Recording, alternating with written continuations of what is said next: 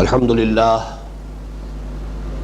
للہ وکفا والصلاۃ والسلام علی عبادہ الذین اصطفى خصوصا علی افضلہم وخاتم النبیین محمد الامین وعلی آلہ وصحبہ اجمعین اما بعد فقد قال اللہ تبارک وتعالی کما ورد فی سورۃ البقرہ اعوذ باللہ من الشیطان الرجیم بسم اللہ الرحمن الرحیم افتطمعون ان یؤمنوا لکم وقد کان فریق منہم یسمعون کلام اللہ ثم یحرفونہ من بعد ما عقلوہ وہم یعلمون وَإِذَا لَقُوا الَّذِينَ آمَنُوا قَالُوا آمَنَّا وَإِذَا خَلَا بَعْضُهُمْ إِلَى بَعْضٍ قَالُوا أَتُحَدِّثُونَهُمْ بِمَا فَتَحَ اللَّهُ عَلَيْكُمْ لِيُحَاجُّوكُمْ بِهِ عِندَ رَبِّكُمْ أَفَلَا تَعْقِلُونَ أَوَلَا يَعْلَمُونَ أَنَّ اللَّهَ يَعْلَمُ مَا يُسِرُّونَ وَمَا يُعْلِنُونَ وَمِنْهُمْ أُمِّيُّونَ لَا يَعْلَمُونَ الْكِتَابَ إِلَّا أَمَانِيَّ وَإِنْهُمْ إِلَّا يَظُنُّونَ فَوَيْلٌ لِلَّذِينَ يَكْتُبُونَ الْكِتَابَ بِأَيْدِيهِمْ ثُمَّ يَقُولُونَ هَذَا مِنْ عِنْدِ اللَّهِ لِيَشْتَرُوا بِهِ ثَمَنًا قَلِيلًا فَوَيْلٌ لَهُمْ مِمَّا كَتَبَتْ أَيْدِيهِمْ وَوَيْلٌ لَهُمْ مِمَّا يَكْسِبُونَ وقالوا لن تمسنا النار الا اياما معدودة قل اتخذتم عند الله عهدا فلن يخلف الله عهده ام تقولون على الله ما لا تعلمون بلى من كسب سيئة وأحاطت به خطيئته فأولئك أصحاب النار هم فيها خالدون والذین آمنوا وعملوا الصالحات اولئک اصحاب الجنہ ہم فیہا خالدون صدق اللہ العظیم رب اشرح لی صدری ویسر لی امری واحلل عقدۃ من لسانی یفقہوا قولی اللہم ربنا الہمنا رشدنا واعذنا من شرور انفسنا اللہم ارنا الحق حقا وارزقنا اتباعہ وارنا الباطل باطلا وارزقنا اجتنابہ اللہم وفقنا لما تحب وترضى آمین یا رب العالمین۔ ذرا آواز اور کھولو۔ سورہ بقرہ میں بنی اسرائیل سے براہ راست خطاب پر جو 10 رکوعوں سے کچھ زائد حصہ مسلسل چل رہا ہے، اس کی جو ایک تقسیم میں اس سے پہلے کئی مرتبہ عرض کر چکا ہوں، اس کی طرف پھر اشارہ کرنا مقصود ہے۔ ان 10 رکوعوں میں سے پہلا رکوع یعنی سورہ بقرہ کا 5واں رکوع، یہ بنی اسرائیل کو دعوت پر مشتمل ہے کہ ایمان لاؤ محمد پر صلی اللہ علیہ وسلم اور قرآن حکیم پر۔ یہ اس کا اہم ترین حصہ ہے، اس اعتبار سے کہ امت مسلمہ میں بھی جب تجدیدی مساعی کسی بھی مرحلے پر ہوئی ہیں تو پھر ظاہر بات ہے کہ جو بھی لوگ اثر نو دین کی اصل حقیقت کی طرف مسلمانوں کو متوجہ کرنے کے لیے اٹھتے ہیں، انہیں مسلمانوں سے جو خطاب کرنا ہوتا ہے اس میں وہی انداز اختیار کیا جانا چاہیے کہ جو اس وقت نبی اکرم صلی اللہ علیہ وسلم اور مسلمانوں کو اللہ تعالیٰ کی طرف سے تلقین فرمایا گیا کہ وہ جو سابقہ امت مسلمہ ہے اس سے خطاب کریں۔ بعد کے 9 رکوعوں میں ان کے لیے ایک لفظ جو بار بار استعمال ہوا، یہ 9 رکوع ملامت پر مشتمل ہے، ان کی گمراہیاں اعتقادی عملی، لیکن اس میں بھی ایک تقسیم جو میں نے ابھی کچھ ہی عرصہ ہوا جس کی طرف توجہ دلائی ہے کہ ان 9 رکوعوں میں سے پہلے 2 رکوع، 6واں اور 7واں رکوع، یہ خالص تاریخی واقعات پر مشتمل ہے، وہ واقعات کے جو اب دوبارہ ان کے رونما ہونے کا کوئی سوال نہیں، جیسے کہ بنی اسرائیل کی مصر سے جو بھی ہجرت ہوئی اس کے لیے اللہ تعالیٰ نے ایک خالص معجزے کے طور پر، خرق عادت کے طور پر سمندر کو پھاڑا، یا انہیں پانی کی احتیاج ہوئی تو حضرت موسیٰ علیہ السلام کے عصا کے ایک ضرب سے ایک چٹان سے 12 چشمے پھوٹ بہے۔ انہیں اگر غذا کی ضرورت پیش آئی تو اللہ تعالیٰ نے من و سلویٰ کا اہتمام فرمایا۔ یہ واقعات اصل میں وہ ہے کہ جو خالص واقعاتی انداز کی چیزیں ہیں، ان کا تذکرہ کر کے کہ تم نے اس کے باوجود، ان انعامات اور احسانات کے باوجود تمہارا جو پے بپے طرز عمل رہا وہ در حقیقت ایسا تھا کہ جس کی بنا پر تم رحمت خداوندی سے محروم ہوتے چلے گئے۔ یہی وجہ ہے کہ چھٹے رکوع میں جو مضمون شروع ہوا، یا بنی اسرائیل اذکروا نعمتی التی انعمت علیکم وانی فضلتکم علی العالمین واتقوا یوما لا تجزی نفس عن نفس شیئا ولا یقبل منها شفاعۃ ولا یؤخذ منها عدل ولا هم ینصرون۔ یہ مضمون ایک اعتبار سے گویا کہ اپنے اختتام اور تکمیل کو پہنچ گیا ہے 7ویں رکوع کی آخری آیت پر، وَضُرِبَتْ عَلَيْهِمُ الذِّلَّةُ وَالْمَسْكَنَةُ وَبَاءُوا بِغَضَبٍ مِّنَ اللَّهِ۔ اس کے بعد سے جو سلسلہ چل رہا ہے یہ 7 رکوع، ان میں آپ دیکھیں گے کہ کچھ ایسی ان کی اعتقادی گمراہیوں کا تذکرہ ہے کہ جو بعد میں امت مسلمہ میں بھی بعین ہی اسی شکل میں پیدا ہوئی۔ لہذا یہاں اگر واقعاتی انداز میں کوئی بات آئی بھی ہے تو اس کے بعد جنرلائزیشن کی صورت میں، تعویل عام کی صورت میں اس سے وہ سبق نکال کر دکھا دیا گیا ہے کہ جو ابدی حقیقت ہے، یونیورسل ٹروتھ ہے۔ دین کے بارے میں یہ وہ حقائق ہے کہ جن سے ذہول جب ہو جاتا ہے کسی مسلمان قوم کو اور مسلمان امت کو تو اس میں پھر وہ اعتقادی گمراہیاں اور عملی گمراہیاں پیدا ہو جاتی ہیں۔ جیسا کہ میں نے پچھلی مرتبہ عرض کیا تھا، یہ گویا کہ امت مسلمہ کو ایک پیشگی آئینہ دکھایا جا رہا ہے۔ خوشتراں باشد کے سر دلبراں گفتہ آیت در حدیث دیگراں، کہ اگرچہ گفتگو ہو رہی ہے بنی اسرائیل سے، لیکن اے مسلمانوں یہ تمہارے لیے ایک پیشگی آئینہ ہے۔ اس میں ایک تو تنبیہ کا پہلو ہے، محتاط رہو مبادا یہی گمراہیاں تمہارے اندر پیدا ہو جائیں، لیکن ساتھ ہی حضور صلی اللہ علیہ وسلم کی طرف سے یہ پیشن گوئی بھی احادیث میں موجود ہے کہ یہ ساری گمراہیاں اے مسلمانوں تم میں پیدا ہو کر رہیں گی۔ چنانچہ وہ حدیث جو میں اس سلسلہ درس میں کئی مرتبہ آپ کو سنا چکا ہوں، آج پھر دہرا رہا ہوں، متفقن علیہ روایت ہے، بخاری اور مسلم دونوں میں موجود، حضرت ابو سعید خدری رضی اللہ تعالی عنہ سے، عن ابی سعید الخدری رضی اللہ عنہ ان رسول اللہ صلی اللہ علیہ وسلم قال لَتَتَّبِعُنَّ سُنَنَ مَنْ كَانَ قَبْلَكُمْ شِبْرًا بِشِبْرٍ وَذَرَاعًا بِذَرَاعٍ۔ اے مسلمانوں تم بھی ان لوگوں کی پیروی کرو گے جو تم سے پہلے تھے، ہاتھ کے ساتھ ہاتھ اور بالشت کے ساتھ بالشت، یہ گویا کہ محاورہ ہے، بعین ہی انہی راستوں پر چلو گے۔ حَتَّى لَوْ دَخَلُوا جُحْرَ غَبٍّ لَتَبِعْتُمُوهُمْ، یہاں تک کہ اگر وہ گوہ کے بل میں گھسے تھے تو تم بھی ضرور گھسو گے۔ قلنا یا رسول اللہ الیہود والنصارى، تو ہم نے عرض کیا کہ اے اللہ کے رسول کیا آپ کی مراد یہود اور نصارہ سے ہے؟ قال فمن، آپ نے فرمایا اور کون؟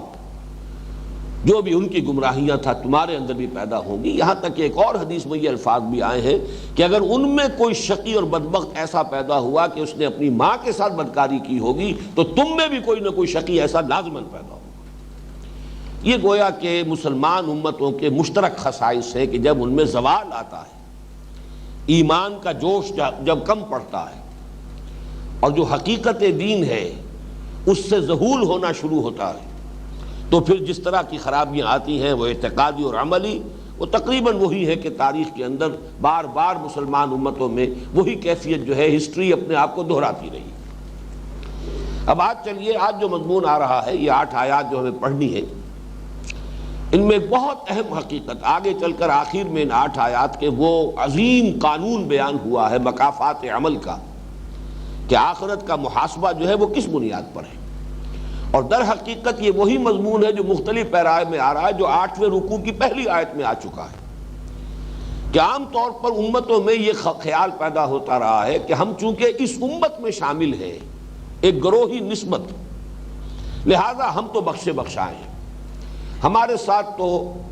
کوئی بہرحال پریفرنشل ٹریٹمنٹ ہوگا اللہ کے ہاں، ہمارے ساتھ خصوصی رعایات ہوں گی، جن معیارات پہ دوسروں کو جج کیا جائے گا قیامت میں، ان معیارات پر ہمیں جج نہیں کیا جائے گا، ہمارے لیے خصوصی معاملہ ہوگا، چونکہ ہم بہرحال اس امت میں سے ہیں، آخر ہم موسیٰ کے ماننے والے ہیں، ہم ابراہیم کی نسل میں سے ہیں، آخر ہم محمد کے امت میں ہیں صلی اللہ علیہ وسلم۔ یہ مغالطہ جو پیدا ہوتا ہے کہ کسی گروہی نسبت کی بنا پر آخرت میں نجات پانے کی توقع، در حقیقت یہی مضمون ہے جو وہاں چلا تھا 8ویں رکوع کی پہلی آیت میں، ان الذین آمنوا والذین ہادوا والنصارى والصابئین من آمن باللہ والیوم الآخر وعمل صالحا۔ سارا معاملہ جو ہے وہ اس پر نہیں ہے کہ کوئی کسی گروہ میں کسی امت میں شامل ہے، اصل جو فیصلہ ہوگا قیامت میں وہ ایمان اور عمل صالح کی بنیاد پر ہوگا۔ اس مضمون کو اب یہاں بھی دیکھیے کہ آج کا ہمارا درس بھی اسی پر جا کر اس کا جو کلائمیکس ہے آج کے درس کا وہ یہی مضمون ہے۔ افتطمعون ان یؤمنوا لکم، چونکہ پچھلا درس ختم ہوا تھا کہ یہود اپنی ان بدعمالیوں کی وجہ سے ہوتے ہوتے اس کیفیت تک پہنچ گئے تھے کہ ثم قست قلوبکم فہی کالحجارۃ او اشد قسوہ۔ کسی مسلمان امت کے لیے اس مقام تک پہنچ جانا واقعتاً نہایت عبرتناک بات ہے۔ وہ لوگ جو اللہ کے ماننے والے ہوں اور وہ لوگ کہ جو نبیوں سے تعلق رکھتے ہوں، نبی کی امت میں سے ہوں، جن کے پاس اللہ کی کتاب ہو، شریعت ہو، ان کا یہ حال ہو جائے کہ ثم قست قلوبکم فہی کالحجارۃ او اشد قسوہ، پھر تمہارے دل سخت ہو گئے اور اب تو وہ پتھروں کے مانند ہو چکے ہیں، بلکہ پتھروں سے بھی زیادہ۔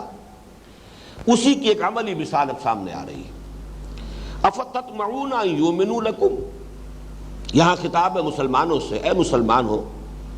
کیا تمہیں یہ توقع ہے کہ یہ یہودی تمہاری بات مان لیں گے؟ طمع، خواہش ہونا، حرص ہونا، کسی چیز کی آرزو دل میں ہونا، اور اسی کے ساتھ تعلق توقع کا ہے۔ تم چاہتے ہو اور تم یہ توقع رکھتے ہو، انسان چاہتا اسی بات کو ہے جس کی اسے کوئی امید ہو۔ افتطمعون ان یؤمنوا لکم، کیا تمہارا یہ گمان ہے، تمہیں توقع ہے، تمہاری خواہش ہے، تمہاری آرزو ہے کہ یہ تمہاری بات مان لیں گے؟ وَقَدْ كَانَ فَرِيقٌ مِّنْهُمْ يَسْمَعُونَ كَلَامَ اللَّهِ ثُمَّ يُحَرِّفُونَهُ مِن بَعْدِ مَا عَقَلُوهُ وَهُمْ يَعْلَمُونَ، جبکہ ان کے ایک گروہ کا یہ حال رہا ہے کہ وہ اللہ کا کلام سننے کے بعد پھر اس میں تحریف کرتے رہے ہیں، اس کے باوجود کہ اس کو سمجھ لیتے تھے، اور یہ تحریف کسی مغالطے کی وجہ سے نہیں، وَهُمْ يَعْلَمُونَ، جانتے بوجھتے ارادے کے ساتھ۔ کا حال یہ ہو کہ بازی بارش بابا ہم بازی، جو اللہ کے کلام کے ساتھ کھیل سکتے ہو، جو اللہ کے کلام میں تحریف کر سکتے ہو، ان سے کس خیر کی تمہیں توقع ہے؟ تم کیسے یہ توقع رکھتے ہو کہ وہ تمہاری بات مان لیں گے، تم پر ایمان لے آئیں گے؟ یا نوٹ کیجئے یہ جو لفظ آیا ہے افتطمعون ان یؤمنوا لکم، اس پر ہماری گفتگو تفصیل سے ہوتی رہی ہے حقیقت ایمان کے مباحث میں۔ امن یامنو اس کے معنی ہے خود امن میں ہونا، اور اس میں فاعل بنتا ہے آمنن، جو شخص امن میں ہے، نہ اسے کوئی اندیشہ ہے، نہ خوف ہے، نہ حزن ہے، نہ رنج ہے۔ لیکن باب افعال میں آتا ہے آمن یؤمنو، اس کے معنی کسی کو امن دینا، اور اس میں فاعل بنتا ہے مومن، امن دینے والا، یہ لفظی معنی ہے۔ اور اسی معنی میں اللہ کے ناموں میں سے ایک نام ہے المومن، امن بخشنے والا۔ لیکن اس کے بعد آمن یؤمنو کے ساتھ با یا لام آ جائے تو اس کے معنی تصدیق کرنا، کسی کی بات مان لینا۔ یہی سے اصطلاح بنتی ہے ایمان کی، آمنتو باللہ اور آمنتو بمحمد صلی اللہ علیہ وسلم، رسول کی بات مان لینا پورے وثوق کے ساتھ، اعتماد کے ساتھ، اس کے دعوے کو تسلیم کر لینا، یہ ہے ایمان اصطلاحاً۔ تو کبھی کبھی لام کے ساتھ بھی آیا ہے، مثال کے طور پر یہ آمن یؤمنو جو ہے حضرت لوط علیہ السلام کے بارے میں سورہ عنکبوت میں آیا، آمن لہو لوط، حضرت ابراہیم علیہ السلام پر حضرت لوط ایمان لے آئے، ان کے بھتیجے تھے، ایمان لائے ان پر۔ عام طور پر جب ایمان کے معنی میں یہ لفظ آتا ہے اصطلاحاً تو با کے ساتھ آتا ہے، آمن الرسول بما انزل الیہ من ربہ والمؤمنون آمنت باللہ وملائکتہ وکتبہ۔ یہاں پر آپ دیکھ رہے ہیں کہ لام کے ساتھ آیا ہے، افتطمعون ان یؤمنوا لکم، اس لیے کہ یہاں اصطلاحاً جو ہے وہ ایمان مراد نہیں لیا جا سکتا، مسلمانوں پر ایمان لانا تو نہیں ہے، مسلمانوں کی بات مان لینا۔ تو اے مسلمانوں، کیا تم یہ توقع رکھتے ہو ان یہودیوں سے کہ یہ تمہاری بات مان لیں گے؟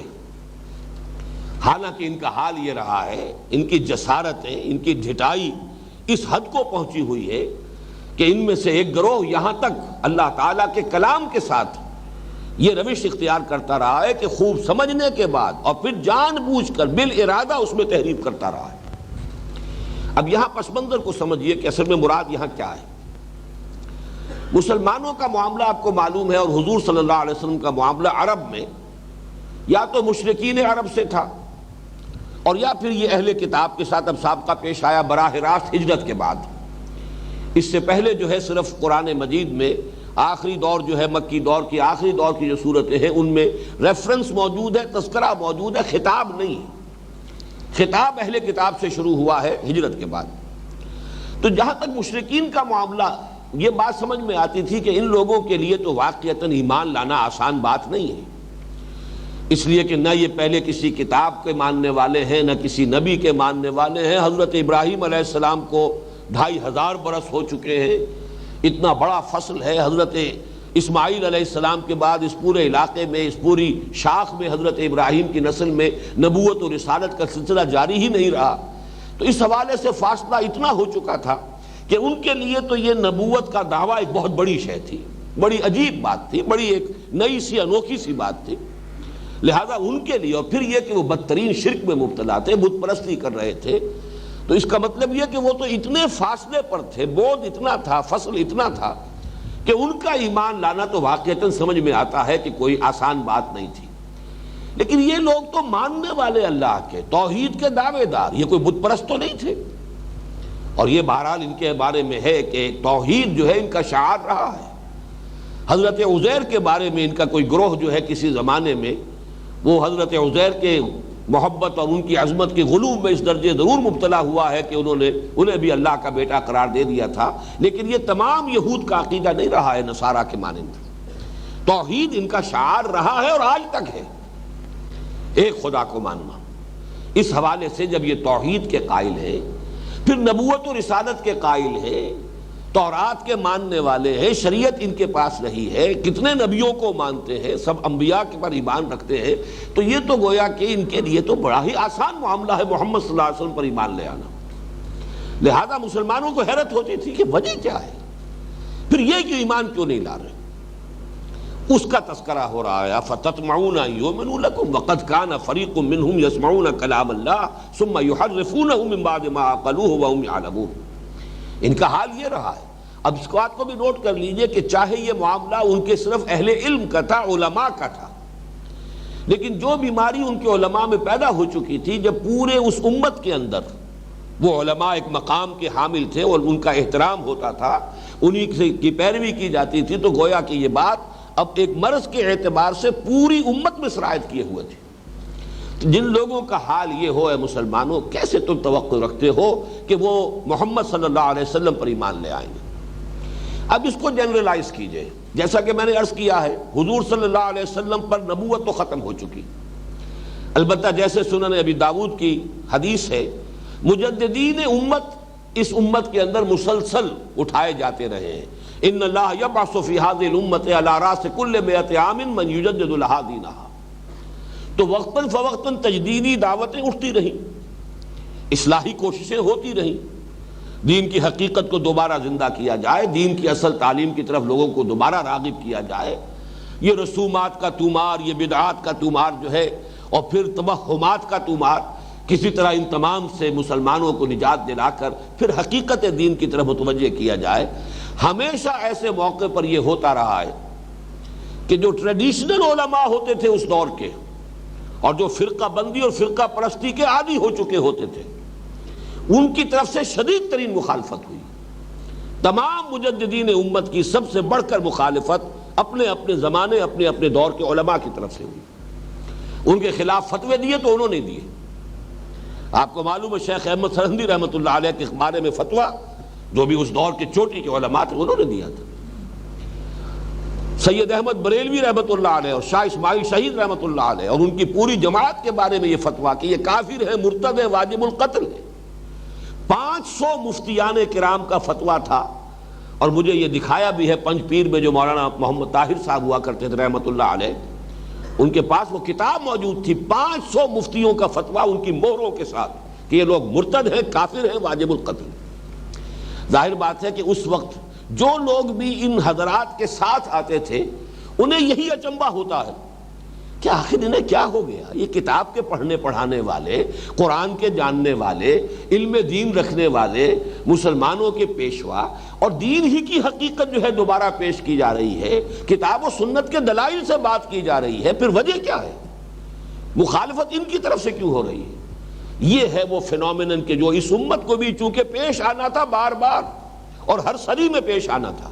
اس لیے کہ اگر یہ معاملہ جیسا کہ حدیث سے ظاہر ہوتا ہے، اگرچہ علماء کا تقریباً اس پر اجماع ہے کہ ضروری نہیں کہ ایک صدی میں کوئی ایک ہی مجدد ہو، متعدد بھی مجددین ہو سکتے ہیں، متعدد کوششیں ہو سکتی ہیں، لیکن جب بھی کبھی دین کی اصل تعلیم کی طرف دوبارہ رجوع کرنے کی دعوت ابھری ہے، جو اس وقت کے علماء ہوتے تھے، جو مسند نشین ہوتے ہیں، جن کے فتوے چلتے ہیں،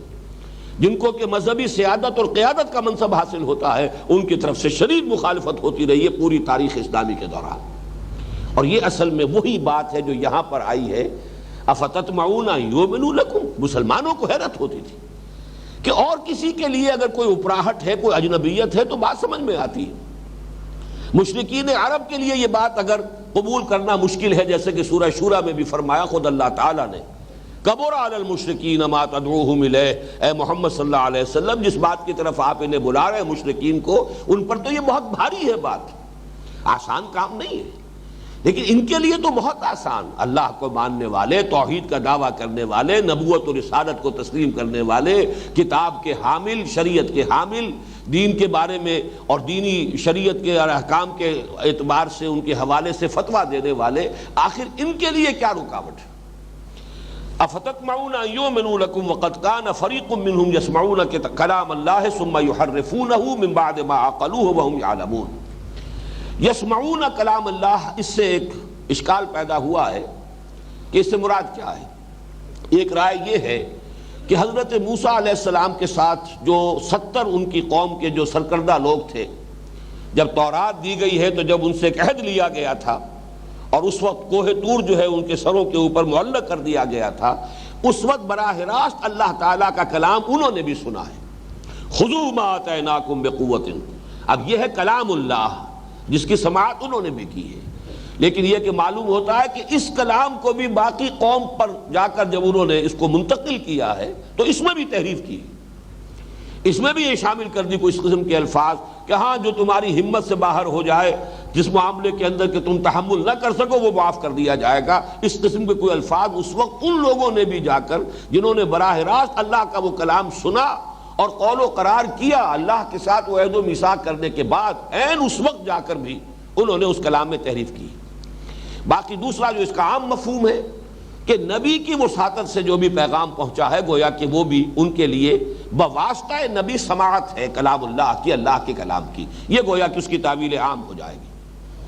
وَقَدْ كَانَ فَرِيقٌ مِّنْهُمْ يَسْمَعُونَ كَلَامَ اللَّهِ ثُمَّ يُحَرِّفُونَهُ۔ تحریف کسے کہتے ہیں؟ حرف کہتے ہیں کنارے کو۔ یہ لفظ جو ہے سورہ حج کی آیت میں آیا ہے، آیت نمبر 11 میں، وَمِنَ النَّاسِ مَن يَعْبُدُ اللَّهَ عَلَى حَرْفٍ۔ لوگوں میں سے کچھ ایسے بھی ہیں جو اللہ کی بندگی تو کرنا چاہتے ہیں لیکن کنارے کنارے، مجدھار میں کودنے کو تیار نہیں، یعنی یہ کہ پہلا اپنا بچاؤ جو ہے وہ پیش نظر ہے، رسک لینے کو تیار نہیں، کنارے کنارے چلو، بچ بچ کر چلو۔ فَإِنْ أَصَابَهُ خَيْرٌ اطْمَأَنَّ بِهِ، اس کی وضاحت بھی کر دی گئی کہ اگر خیر ہو، خیریت ہو تو مطمئن رہتا ہے۔ وَإِنْ أَصَابَتْهُ فِتْنَةٌ انقلب عَلَى وَجْهِهِ خَسِرَ الدُّنْيَا وَالْآخِرَةَ، اور اگر کوئی آزمائش آ گئی، امتحان آ گیا تو اوندھے منہ گر جاتا ہے۔ یہ ہے اصل میں نفاق کی اصل جڑ اور بنیاد۔ تو حرف کہتے ہیں کنارے کو، اسی سے بنا انحراف۔ ایک انسان جو ہے کسی بات کے، اب مثلا اللہ کا کلام ہے، اللہ کا دین ہے، اس کی مین سٹریم ہے، اس کی ایک مجدھار ہے، ایک آدمی جو ہے مجدھار سے بچ کر ذرا کنارے کنارے چل رہا ہے، اور پھر اس سے بھی وہ انحراف اختیار کرتا ہے، اس سے بھی رخ بدلتا ہے اور پہلوتی کرتا ہے، اپنے آپ کو بچاتا ہے۔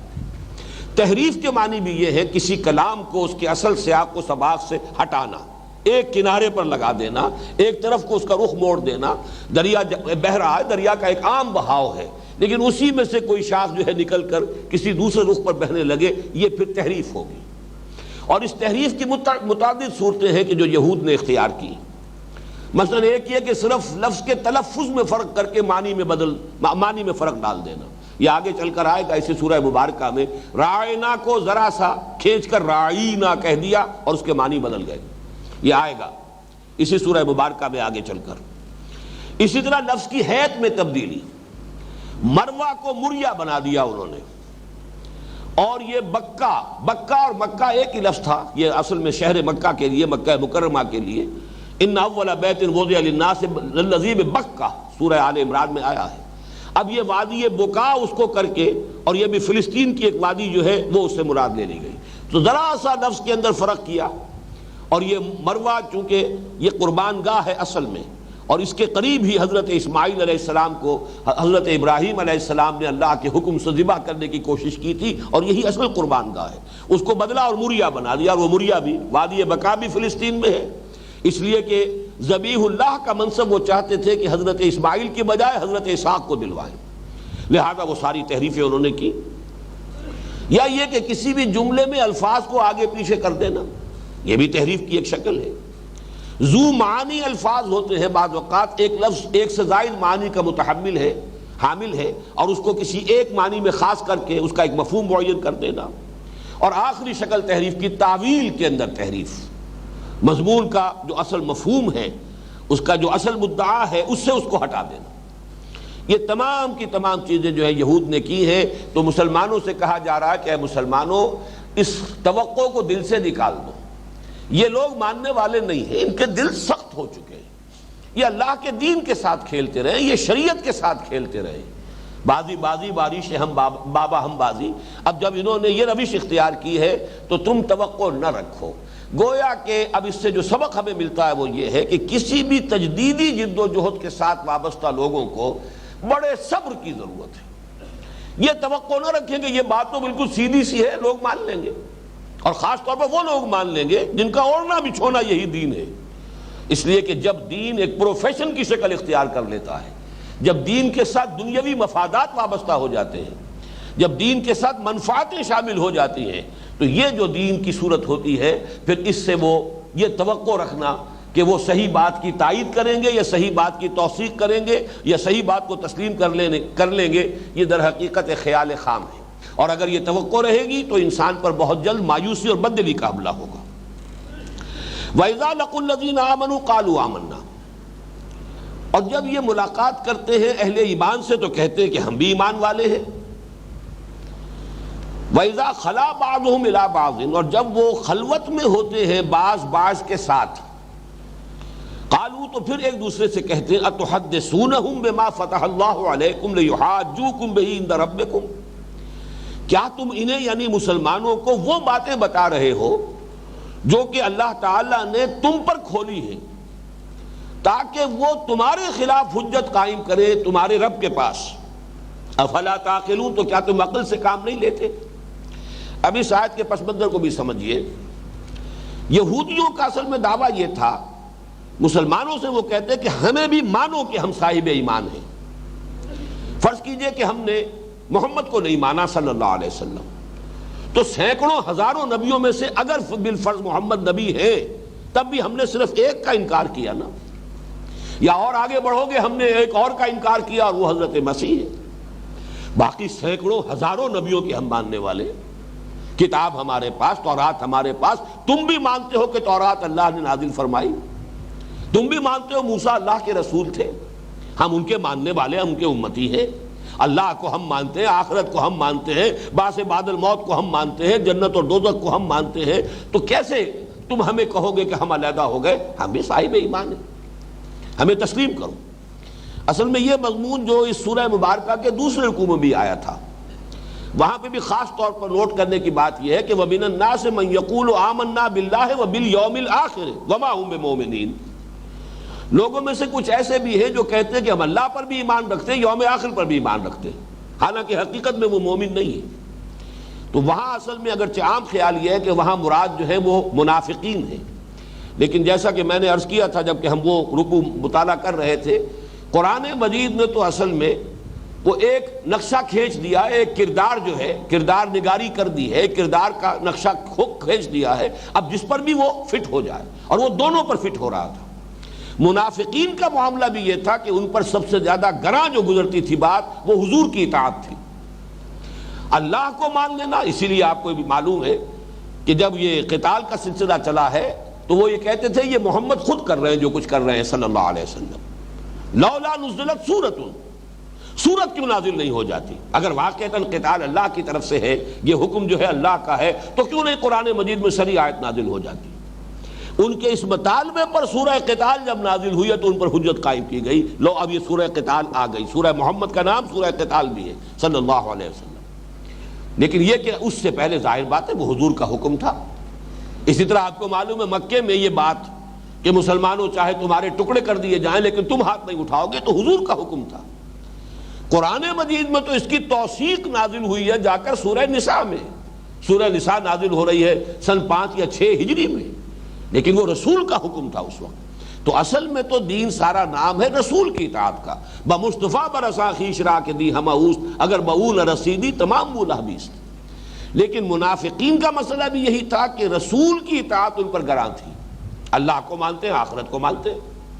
لہذا وہاں بھی صرف ان دو کا تذکرہ ہوا، اور اسی کے اندر خود گویا کہ کور ہو گئے یہودی بھی، وہ بھی کہتے ہیں ہم اللہ کو مانتے ہیں اور آخرت کو مانتے ہیں۔ بھائی اگر ہم نے انکار کیا بھی ہے یا نہیں مانا ہے تو صرف محمد کو نہیں مانا نا صلی اللہ علیہ وسلم، باقی ہم تو اللہ کو مانتے ہیں، آخرت کو مانتے ہیں، اور کتنے بے شمار نبیوں کو مانتے ہیں۔ یہ ہے اصل میں اس کا پس منظر کہ وہ کہتے تھے ہم بھی صاحب ایمان۔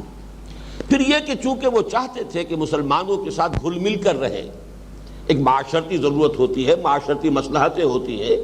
ایک شہر ہے مدینہ، اس میں آباد ہے، اس میں روابط بھی ہے، اوس اور خزرج کے ساتھ ان کے روابط تھے، ان کی دوستیاں تھیں، ان کے حلیفی کے تعلقات تھے۔ اب ظاہر بات ہے کہ یہ دونوں قبیلے جو ہیں تقریباً پورے کے پورے قبیلے اسلام لا چکے ہیں، حضور پر ایمان لا چکے ہیں، اب ان کے ساتھ ایک دم اپنے وہ روابط کیسے توڑ دیں؟ ان کے ساتھ جو بھی دوستیاں ہیں، محبتیں ہیں، کوئی اور اس طرح کے معاملات ہیں، کوئی کاروباری لین دین کی صورتیں ہیں، اس کو ایک دم منقطع کر دینا آسان نہیں ہے۔ جیسے کہ سورہ عنکبوت میں فرمایا گیا کہ مودۃ بینکم فی الحیات الدنیا، سب سے بڑی رکاوٹ بن جاتی ہے لوگوں کے لیے، جان لیتے ہیں کہ حق وہ ہے لیکن اس حق کو قبول کرنے کے لیے اپنی دوستیاں چھوڑنی پڑ رہی ہیں، اپنی عزیز داریوں کے اوپر آنچ آتی ہے، اپنی رشتہ داریوں جو ہیں ان کے اندر رکھنے پڑتے ہیں، لہذا یہ مودۃ بینکم فی الحیات الدنیا یہ پاؤں میں بیڑی بن کر پڑی رہتی ہے اور انسان کو حق کے قبول کرنے سے روکتی رہتی ہے۔ تو یہ معاملہ ان کا تھا اس معنی میں کہ چاہتے تھے کہ مسلمانوں کے ساتھ ان کا وہ خلا ملا، اوس اور خزرج کے ساتھ ان کے وہ تعلقات تجارتی لین دین کا حلیفی کے معاملات برقرار رہیں، اس لیے ان کو یہ روش اختیار کرنی پڑ رہی ہے۔ وَإِذَا لَقُوا الَّذِينَ آمَنُوا قَالُوا آمَنَّا، ہم بھی بھائی صاحب ایمان ہے، آخر کون سا لمبا چوڑا فرق ہے؟ اسی لیے جیسا کہ میں نے عرض کیا آپ سے کہ لوگ جو ہیں وہ در حقیقت اسی قدر مشترک جو ہے کہ یہودیوں کے درمیان اور منافقین کے درمیان بھی قدر مشترک ایمان بالرسالت سے اعراض اور فرار۔ آج کے دور میں بھی سب سے بڑے فتنے آپ کو یہی ملیں گے، چاہے وہ وحدت ادیان کا فتنہ ہے، تمام دین ایک ہے جی، کیا فرق پڑتا ہے، شریعتوں کا تھوڑا تھوڑا فرق ہے، وہاں پر بھی زد آ رہی ہے ایمان بالرسالت پر۔ اور مسلمانوں کے اندر سب سے بڑا فتنہ آج کے دور کا وہ انکار سنت یا استخفاف حدیث کا فتنہ ہے، اس کے بھی اگر آپ دیکھیں گے ڈانڈے ملتے ہیں اتباع رسول اور اطاعت رسول سے، وہ گراں گزرنے والی چیز ہے، لہذا اسے کسی نہ کسی شکل میں انسان چاہتا ہے کہ اس سے اپنے آپ کو بچائے۔ وَإِذَا لَقُوا الَّذِينَ آمَنُوا قَالُوا آمَنَّا، اسی معاملے میں چونکہ وہ چاہتے تھے کہ دوستیاں رہیں اور یہ ہمارے خلوص کے قائل رہیں، تو اسی خوشامدانہ لہجے میں کبھی کبھی وہ تائید بھی کر دیتے تھے کہ ہاں یہ بات جو قرآن مجید میں آئی ہے یا جو آپ کے رسول نے کہی ہے ہمارے ہاں بھی یہ بات ہے، یہ بات صحیح ہے، تورات میں یہ بات اسی طور سے نازل ہوئی ہے۔ یہ گویا کہ جسے عام ہمارے ہاں کولوکیل لینگویج میں کہتے ہیں نمبر بنانا اپنے، تو مسلمانوں کے ساتھ اپنی جو ہے وہ خلوص اور اخلاص کا مظاہرہ کرنے کے لیے خوشامد کے انداز میں کبھی کبھی وہ سچی بات تائید اور توثیق میں، قرآن اور محمد صلی اللہ علیہ وسلم کی تائید اور توثیق میں جو تورات میں باتیں تھیں وہ کہہ دیتے تھے ہاں ٹھیک ہے یہ بات ہے، یہ ہم مانتے ہیں، بھائی حق تو تسلیم کرنا چاہیے نا، اس حد تک تو ہم نے بھی بات مانی، یہ بات صحیح ہے۔ لیکن اب جب وہ ہوتے تھے اپنی مجلسوں میں مسلمانوں سے تو جب وہ باتیں کرتے تھے تو اس طرح کی کوئی بات جو ہے نکل جاتی ہے جس کے منہ سے سچی بات مستی میں فقیہ مصلحت بھی سے وہ رندے بادہ خار اچھا کچھ سچی باتیں نکل جاتی تھی، اس کے بعد ملامت کرتے تھے، یہ کیا کیا تم نے، یہ کیا حماقت کی، تم نے یہ بات کیوں کہہ دی ان کے سامنے، کیوں اس طریقے سے ان کی تائید کر دی؟ تو کیا کہتے تھے وَإِذَا خَلَا بَعْضُهُمْ إِلَىٰ بَعْضٍ، جب وہ ایک دوسرے کے پاس خلوت میں ہوتے ہیں، علیحدہ ہوتے ہیں، تو اب وہ ملامت کرتے ہیں قَالُوا وَتُحَدِّثُونَهُم بِمَا فَتَحَ اللَّهُ عَلَيْكُمْ، کیا تم ان مسلمانوں کو بتا رہے وہ باتیں کہ جو اللہ نے تم پر کھولی ہیں؟ تورات میں اللہ نے یہ حقائق بیان کیا، اللہ نے تم پر یہ حقیقت کھول دی، لیکن تم اب یہ باتیں ان کو بھی بتا رہے ہو۔ لِيُحَاجُّوكُم بِهِ عِندَ رَبِّكُم، یہ جو لام یہاں آیا اسے لام عاقبت کہتے ہیں۔ کوئی کام آپ کر رہے ہیں، آپ کے پیش نظر اس کا مقصد وہ نہیں ہے، لیکن منطقی طور پر وہ نتیجہ نکلتا ہے، تو اس کو بھی یہ لام عاقبت کے ذریعے سے ظاہر کیا جاتا ہے، یہ جو کچھ تم کر رہے ہو اس کا نتیجہ یہ نکلے گا۔ جیسے کہ سورہ کہف میں ہے، حضرت موسیٰ علیہ السلام اور وہ بزرگ جن کو حضرت خضر کے نام سے عام طور پر بیان کیا جاتا ہے، وہ جب سفر میں تھے اور حضرت موسیٰ علیہ السلام نے وہ حضرت خضر علیہ السلام نے اس کشتی کا، جب کہ کشتی میں سفر کر رہے تو اس کا ایک تختہ توڑ دیا، تو حضرت موسیٰ نے جو گرفت کی کن الفاظ میں تھی؟ اخرقتها لتغرق اهلها لقد جئت شيئا امرا، یہ جو آپ نے تختہ توڑ دیا اس کشتی کا، اس لیے کہ آپ اس کے جتنے بھی سوار ہیں ان سب کو غرق کرنا چاہتے ہیں۔ اب ظاہر بات ہے کہ یہ اس کا منطقی نتیجہ ہے، جب آپ نے کشتی کو توڑا ہے کشتی ڈوبے گی، جب کشتی ڈوبے گی تو اس کا مطلب یہ ہے کہ سارے سوار جو ہے غرق ہو جائیں گے، تو یہ آپ کا منشا ہے۔ ہم اسے سوالیہ نشان کے طور پر بھی پیش کر سکتے ہیں کہ کیا اس کام کے لیے آپ نے یہ کام کیا ہے، یہ آپ کے پاس آپ کا مقصد یہ پیش نظر ہے۔ بالکل وہی بات یہاں ہے، اتحدثونہم بما فتح اللہ علیکم لیحاجوکم بہ عند ربکم، نتیجہ یہ نکلے گا کہ تمہاری ان باتوں کی بنیاد پر یہ مسلمان تمہارے رب کے سامنے اللہ کے ہاں قیامت کے دن تم پر حجت قائم کریں گے۔ اے اللہ یہ مانتے تھے اس حقیقت کو، پھر بھی انہوں نے تسلیم نہیں کیا، پھر بھی یہ ایمان نہیں لائے محمد پر صلی اللہ علیہ وسلم، تو کیا کرو گے؟ اب تمہارے پاس کوئی عذر نہیں رہے گا، تم پر تو حجت قائم ہو جائے گی، اور یہ اس لیے ہوگی کہ تم انہیں بتا رہے ہو کہ تورات میں یہ لکھا ہوا ہے۔ اب اس پر جو تبصرہ ہوا ہے افلا تعقلون، اب یہ ملامت ہی کہ وہ الفاظ جاری ہے تو عقل سے کام نہیں لیتے، اتنا احمقانہ کام کر رہے ہو، یہ حقائق مسلمانوں کو بتا رہے ہو تاکہ وہ تمہارے خلاف اللہ کے ہاں کھڑے ہو کر تمہارے خلاف حجت قائم کریں۔ اب اس پر اللہ کا تبصرہ بڑا پیارا ہے، اور اس سے اندازہ ہوتا ہے کہ جب کوئی شخص یا کوئی گروہ یا کوئی قوم جانتے بوجھتے حق کو پہچاننے کے بعد جب اس سے اعراض کرتی ہے یا کرتا ہے کوئی فرد یا کوئی گروہ، نتیجہ کیا نکلتا ہے کہ بڑے بڑے عقلاء جو ہیں ان کی بھی مت اس طرح ماری جاتی ہے،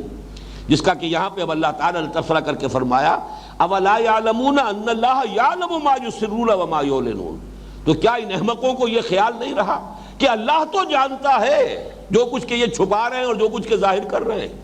حجت قائم کرنی ہے اللہ کے سامنے، تو اللہ کے سامنے اگر مسلمانوں کو تم نے نہ بھی یہ بتایا، فرض کرو مسلمانوں کے علم میں یہ بات نہ بھی آئی کہ اس کے حوالے سے تم پر حجت قائم کرے، تو حساب تو اللہ نے لینا ہے، اللہ تو جانتا ہے کہ نہیں جانتا۔ گویا کہ تمہارا وہ اللہ تعالیٰ کی صفات کے بارے میں بھی کتنا بڑا ذہول ہو رہا ہے، کتنی بڑی غفلت کا ارتکاب کر رہے ہو، کہ گویا کہ اگر تم مسلمانوں کو یہ بات نہیں بتاؤ گے تو مسلمان تمہارے خلاف جو ہے اللہ کے ہاں حجت قائم نہیں کر سکیں گے، لہذا بچت ہو جائے گی۔ باقی اللہ تعالیٰ کو تو بیچارے کو کچھ خود تو معلوم ہے ہی نہیں، یہ نتیجہ نکل رہا ہے تمہارے اس کہنے کا، اولا یعلمون ان اللہ یعلم ما یسرون وما یعلنون، تو کیا انہیں یہ بات ان کے ذہن میں نہیں ہے، نہیں جانتے ہیں کہ اللہ تو جانتا ہے وہ تمام چیزیں بھی کہ جس کو یہ چھپاتے ہیں، اور وہ تمام چیزیں بھی جنہیں یہ ظاہر کر رہے ہیں۔ اب آئیے تیسری بات، اور یہ پھر معلوم ہوگا کہ گفتہ آیت در حدیث دیگراں معلوم ہوگا یہ ہماری داستان ہے کہ جو سابقہ امت کی جو بھی ایک تفصیل بیان کی جا رہی ہے، نقشہ کشی کی جا رہی ہے، اس آئینے میں ہم اپنی تصویر آج دیکھ سکتے ہیں۔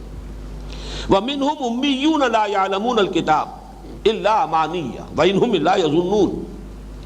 ان میں کچھ تو وہ ہیں جو ان پڑھ ہیں، امی ان پڑھ یعنی وہ شخص جس نے فارمل ایجوکیشن حاصل نہیں کی دنیا کے حساب سے، باقی یہ کہ اللہ تعالیٰ نے کسی کو علم لدنی دیا ہو یہ بات دوسری ہے۔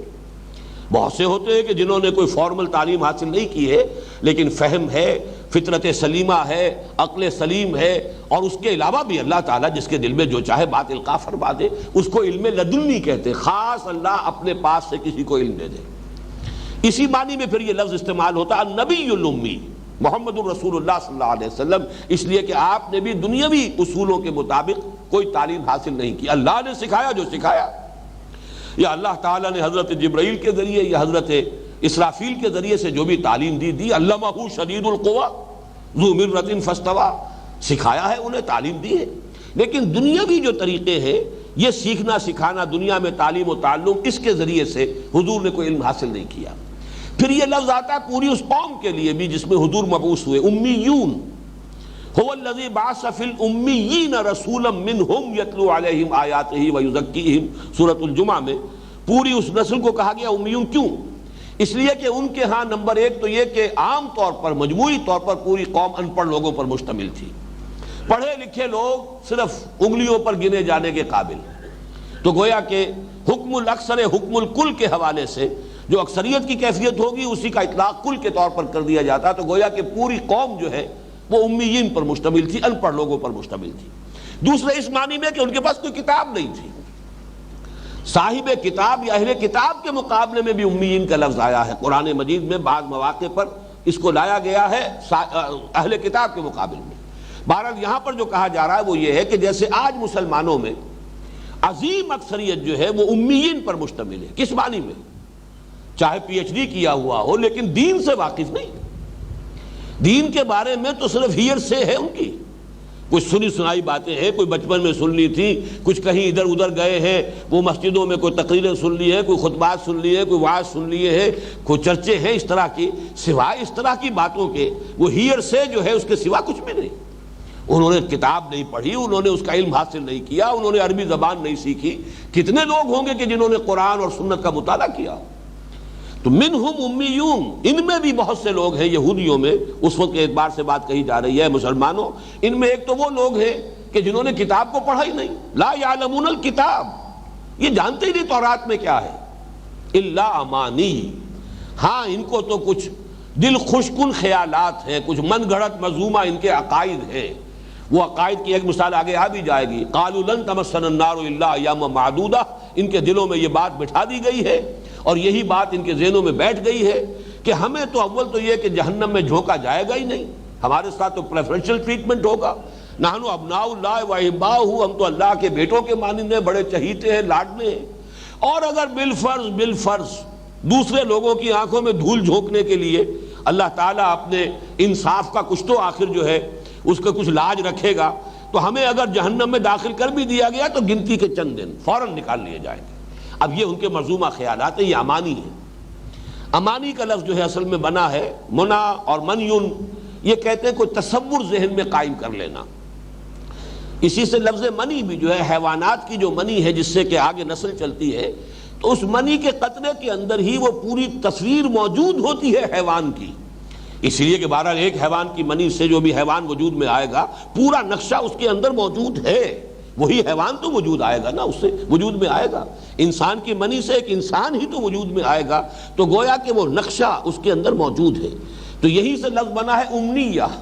کوئی تمنا، کوئی دل خوشکن خیال، اپنے دل میں ایک خیال جو ہے پکا لینا، وشفل تھنکنگ جسے آپ کہتے ہیں دنیا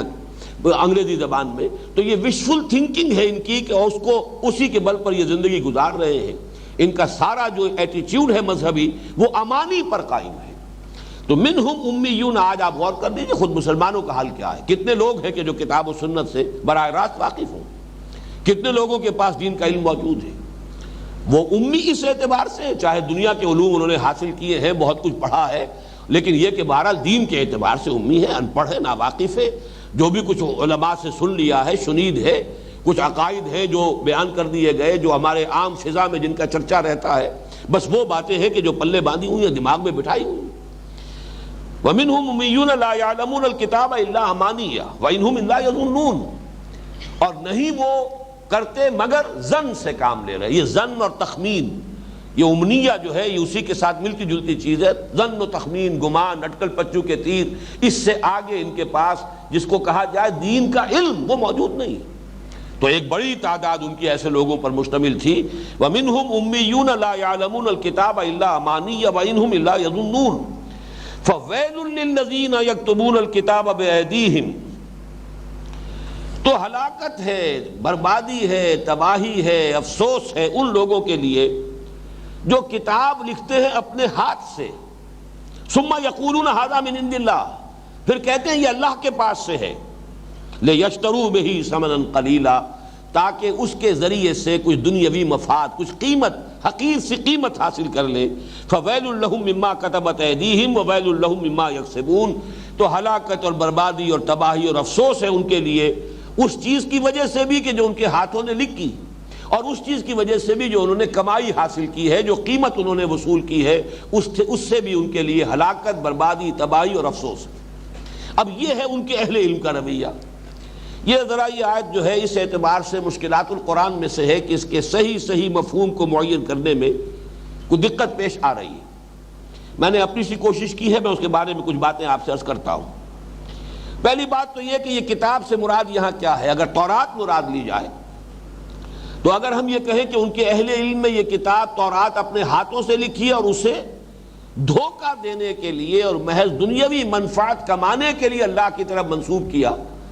تو اس کے معنی تو پھر یہ ہوئے کہ کسی بھی درجے میں تورات کے نام سے جو کتاب دنیا میں آج پیش کی جا رہی ہے یا خود حضور کے زمانے میں پیش کی گئی، وہ سرے سے ساقط الاعتبار ہے، پھر اس میں خیر کا کوئی عنصر جو ہے اس کو کوئی امکان باقی رہتا ہی نہیں، اس لیے کہ وہ تو پھر ان کے ہاتھوں کی لکھی ہوئی ہے جو انہوں نے غلط طور پر اللہ کی طرف منسوب کی ہے، اور وہ بھی بدنیتی کے ساتھ، اور وہ بدنیتی یہ کہ صرف دنیاوی کوئی مفادات حاصل کرنے کے لیے انہوں نے یہ سارا دھندا کیا ہے۔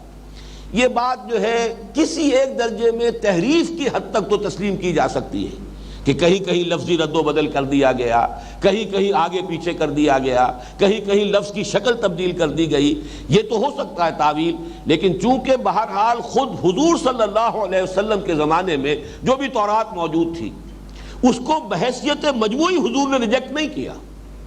بلکہ بسا اوقات کہا لاؤ تورات، فاتوا بالتورات فاتلوہا، لاؤ نا تورات اور اس کو پڑھو۔ اس کا مطلب یہ ہے کہ بحیثیت مجموعی جو ہے اس تورات کو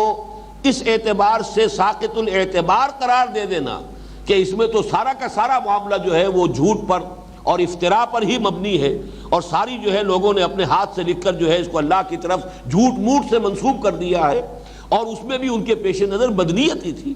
یہ چیز کچھ قابل قبول نہیں۔ اس حوالے سے مولانا اصلاحی صاحب نے ایک تعویل کی ہے، اور وہ تعویل یہ ہے کہ یہاں الکتاب سے مراد ہے فتویٰ، قانون۔ ویسے یہ بات اپنی جگہ پر وزنی ہے، قرآن مجید میں جہاں لفظ کتاب آتا ہے اس میں خاص طور پر شریعت کی طرف اشارہ ہوتا ہے۔ کسی بھی شے کی فرضیت جب قرآن مجید میں آتی ہے تو کتبہ کے لفظ سے آتی ہے، کتب علیکم الصیام، کتب علیکم القتال، کتب علیکم اذا حضر احدکم الموت ان ترک خیرا الوصیہ، وصیت تم پر لازم کر دی گئی، قتال فرض کر دیا گیا، روزہ فرض کر دیا گیا، تو یہ کتاب کا لفظ آتا ہے فرض کے لیے، کسی شے کی مشروعیت، اس کا شرعی حکم قرار پا جانا، اور اسی اعتبار سے وہ جو 4 مرتبہ قرآن مجید میں حضور کے فرائض چہارگانہ آئے ہیں، وَيُعَلِّمُهُمُ الْكِتَابَ وَالْحِکْمَةَ، وہاں کتاب سے مراد، میں بھی اسے تسلیم کرتا ہوں کہ مراد ہے قرآن مجید کا وہ حصہ جو احکام شریعت پر مشتمل ہے۔ تو گویا کہ یہاں اس آیت میں اللہ تعالیٰ ان لوگوں کے جو فقہاء تھے، ان کے جو احبار تھے، ان کے جو مفتی حضرات تھے، ان کے اس طرز عمل کی طرف اشارہ کر رہا ہے کہ وہ فتوے دیتے تھے،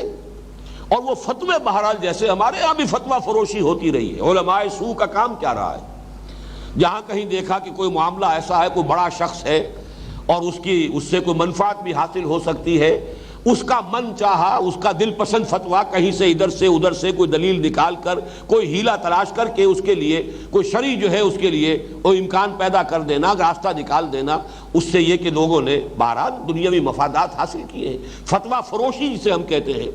وہ تو ہمارے ہاں بھی علماء سوء کا طرز عمل رہا ہے، ہیلے بہانوں کے ذریعے سے حرام کو حلال کر لینا، یہ سارے راستے جو ہیں وہ رہے ہیں۔ تو اگر اس درجے میں صرف ہو تو بات سمجھ میں آتی ہے، لیکن یہ کہ اس کو ہمارے تقریباً تمام مفسرین نے اسے کتاب کو اس طریقے سے خاص نہیں کیا ہے صرف احکام اور فتویٰ نویسی کے لیے۔ اس کے حوالے سے جب میں نے غور کیا تو ایک بات کی طرف ذہن منتقل ہوا ہے، واللہ عالم، اصل میں یہود کے مذہب میں جو زیادہ اہم کتاب ہے وہ تالمود ہے، اور تورات تو ان کے ہاں بس ایک کتاب مقدس کے درجے میں ہے، جیسے ہماری تاریخ میں یہ ہوا ہے کہ بہت جلد قرآن مجید سے توجہ ہٹ گئی تھی. قرآن مجید تو صرف تلاوت کے لیے رہ گیا کہ اس سے حصول ثواب حاصل کرنا ہے، اس کے سوا کچھ نہیں، پڑھو اور ثواب حاصل کرو. جیسا کہ آج بھی مسلمانوں کی عظیم اکثریت کا تو طرز عمل قرآن کے ساتھ یہی ہے، حصول ثواب، ایصال ثواب، بس اس کام کے لیے قرآن مجید جو ہے ایک ذریعہ ہے. باقی یہ کہ اس کا پڑھنا پڑھانا سمجھنا سمجھانا یہ تو کوئی خاص طبقہ ہے علماء کا، یہ ان کے کرنے کا کام ہے، عام لوگوں کا کام ہے ہی نہیں.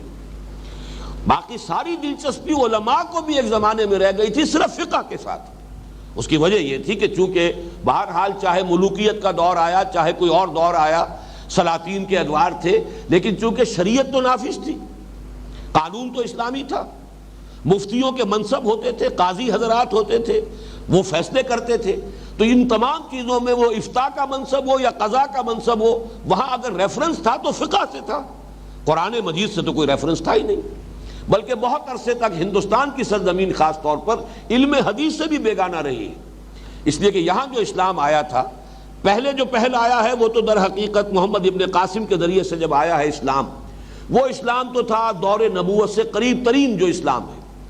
اس لیے کہ دور خلافت راشدہ کو ختم ہوئے ابھی صرف کل 50 برس ہوئے تھے. ابھی نہ فرقے تھے، نہ مختلف مکاتب فقہ پیدا ہوئے تھے، نہ کوئی اور کلامی قسم کے اختلافات پیدا ہوئے تھے. امت کی وحدت بھی برقرار تھی، اور دین کا بھی یوں سمجھیے کہ ایک جو اصل دین ہے اجمالاً اس کا نقشہ بھی محفوظ تھا. لیکن وہ اسلام تو بہت تھوڑے عرصے کے لیے رہا. اس کے بعد آپ کو معلوم ہے جب محمد ابن قاسم کو رحمۃ اللہ علیہ واپس بلا کر شہید کر دیا گیا تو پھر زوال فوراً شروع ہو گیا. اس کے 300 برس بعد جب اسلام آیا ہے ہندوستان میں، وہ شمال مغربی دروں سے آیا ہے. یہ اسلام جو ہے یہ اس وقت آیا ہے جب کہ دولت بنو عباس ختم ہو رہی تھی.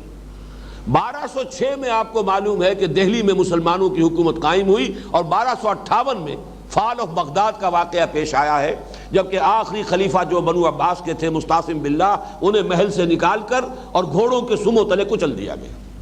تو یہ دور جو ہے جو ہارٹ آف اسلام ہے، اس میں سمجھیے کہ زوال انتہا کو پہنچا ہوا تھا جبکہ اس بر عظیم پاک و ہند کے اندر اسلام کی حکومت آئی ہے، مسلمانوں کی حکومت آئی ہے. یہ اسلام جو آیا ہے یہ خالص سنی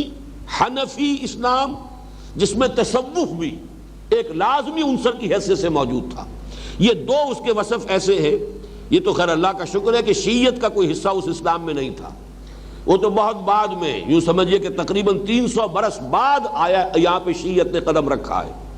وہ تو جب شیر شاہ سوری نے شکست دی ہے ہمایوں کو، اور ہمایوں جان بچا کر بھاگ کر گیا ہے ایران، اور وہاں سے پھر ایرانی مدد لے کر آیا ہے. ان کے ساتھ قزل باش آئے ہیں، یہ جو آپ کے ٹھوکر نیاز بیگ پر بیٹھے ہوئے قزل باش، یہ ہمایوں کے ساتھ آئے ہوئے ہیں وہ لوگ کہ جنہوں نے پھر دوبارہ ہمایوں کو تخت حاصل کرنے میں مدد کی تھی. اسی لیے اس کے بعد ہندوستان میں شیعت کا اور اہل تشیع کا جو ہے وہ زور بڑھتا چلا گیا. اس سے پہلے یہاں شیعت نہیں تھی، سنی اسلام.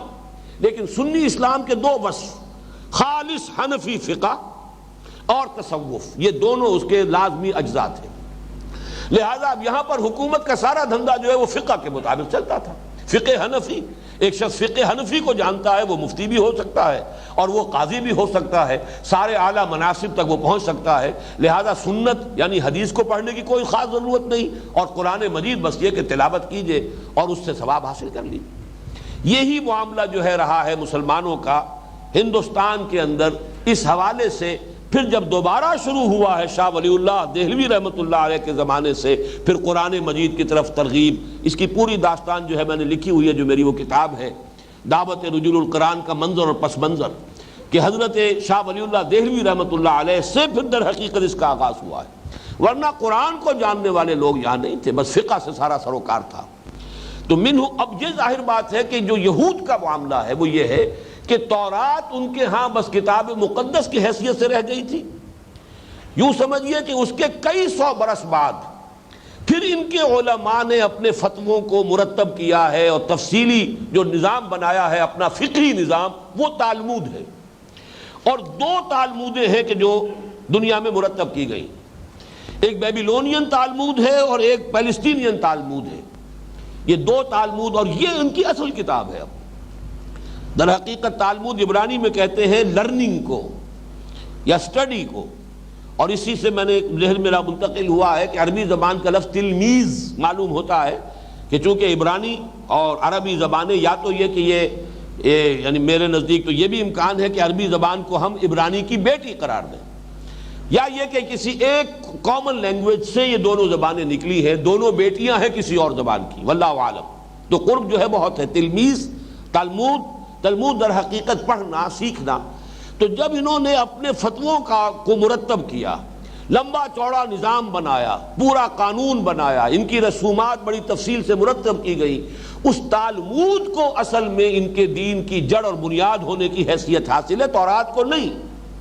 اس اعتبار سے اگر یہاں اس آیت مبارکہ میں ہم کتاب سے مراد تالمود لیں تو پھر بات پوری طرح سمجھ میں آ جاتی ہے۔ ظاہر بات ہے تالمود کو وہ بھی نہیں مانتے کہ وہ اللہ کی طرف سے ہے یا اللہ کی نازل کردہ ہے، بلکہ وہ بھی تسلیم کرتے ہیں کہ ہمارے ہاں کے اہل علم اور جو بڑے خدا رسیدہ تھے اور بڑے اللہ والے تھے، انہوں نے یہ ساری چیزیں مرتب کی ہیں۔ تو اس پر میں سمجھتا ہوں کہ اس کا اطلاق ہو سکتا ہے، اور اسی میں پھر مولانا اصلاحی صاحب کی جو تعویل ہے وہ بھی انکارپوریٹ ہو جاتی ہے، اس لیے کہ وہ فتوے جو فتویٰ فروشی کے انداز میں دیے گئے وہ بھی ظاہر بات ہے کہ اسی میں انکارپوریٹ ہو گئے ہیں، اور اس طریقے سے ان کا جو اصل یوں سمجھیے کہ ان کی سند ہے دین کے اندر، اصل جو حجت ہے دین میں، وہ کتاب ہے جس کے بارے میں قرآن مجید کی ڈسکرپشن بالکل صحیح ہے۔ فَوَيْلٌ لِّلَّذِينَ يَكْتُبُونَ الْكِتَابَ بِأَيْدِيهِمْ، یہ تو ان کے اپنے ہاتھوں کی لکھی ہوئی کتاب ہے، ثُمَّ يَقُولُونَ هَذَا مِنْ عِنْدِ اللَّهِ، لیکن ظاہر بات ہے کہ وہ اسے منسوب کر رہے ہیں اس معنی میں کہ بہرحال اسی دین کی ہم نے تشریح کی ہے، وہیں سے اس کا استنباط کیا ہے، در حقیقت اسی تورات پر یہ مبنی ہے۔ تو عوام کے سامنے وہ بات بھی بالکل گویا کہ منزل من اللہ کے درجے میں پیش کی جا رہی ہے، لِيَشْتَرُوا بِهِ ثَمَنًا قَلِيلًا، تاکہ اس کے ذریعے سے اپنے دنیاوی مفادات اور دنیاوی مقاصد کی تکمیل کریں، اور جو بڑی سے بڑی قیمت بھی دنیا میں مل سکتی ہے، ظاہر بات ہے کہ وہ حقیقت کے اعتبار سے اور آخرت کے اعتبار سے وہ ثمن قلیل کے درجے میں ہے۔ فَوَيْلٌ لَّهُم مِّمَّا كَتَبَتْ أَيْدِيهِمْ وَوَيْلٌ لَّهُم مِّمَّا يَكْسِبُونَ، تو ہلاکت ہے ان کے لیے، بربادی ہے ان کے لیے اس چیز سے بھی جو انہوں نے لکھی، جو ان کے ہاتھوں نے لکھی، اور ہلاکت اور بربادی ہے ان کے لیے وہ جو معاوضہ لیا یا جو بھی اس سے انہوں نے دنیاوی منفعت حاصل کی، جو کمائی حاصل کی، جو ثمن قلیل جو انہوں نے قبول کیا، وہ بھی ان کے لیے ہلاکت کا موجب ہے۔ اس آیت سے ہمارے ہاں کے بعض جو انتہا پسند کچھ، اور میں سمجھتا ہوں کہ زہد اور تقویٰ کا بھی ان پر یقیناً بڑا گہرا رنگ تھا، انہوں نے ایک زمانے میں یہاں تک یہ رائے قائم کر لی تھی کہ قرآن مجید کی طباعت، کتابت، فروخت، اس سے بھی کوئی اجرت حاصل کرنا، نفع کمانا بھی حرام ہے، اس لیے کہ اللہ کا کلام ہے، اور یہ بھی اس آیت کے ذیل میں آ جاتا ہے کہ یشترون بہ ثمنا قلیلا۔ اسی طریقے سے ایک مرتبہ مجھے یاد ہے تبلیغی جماعت کے ایک بڑے بہت ہی مخلص،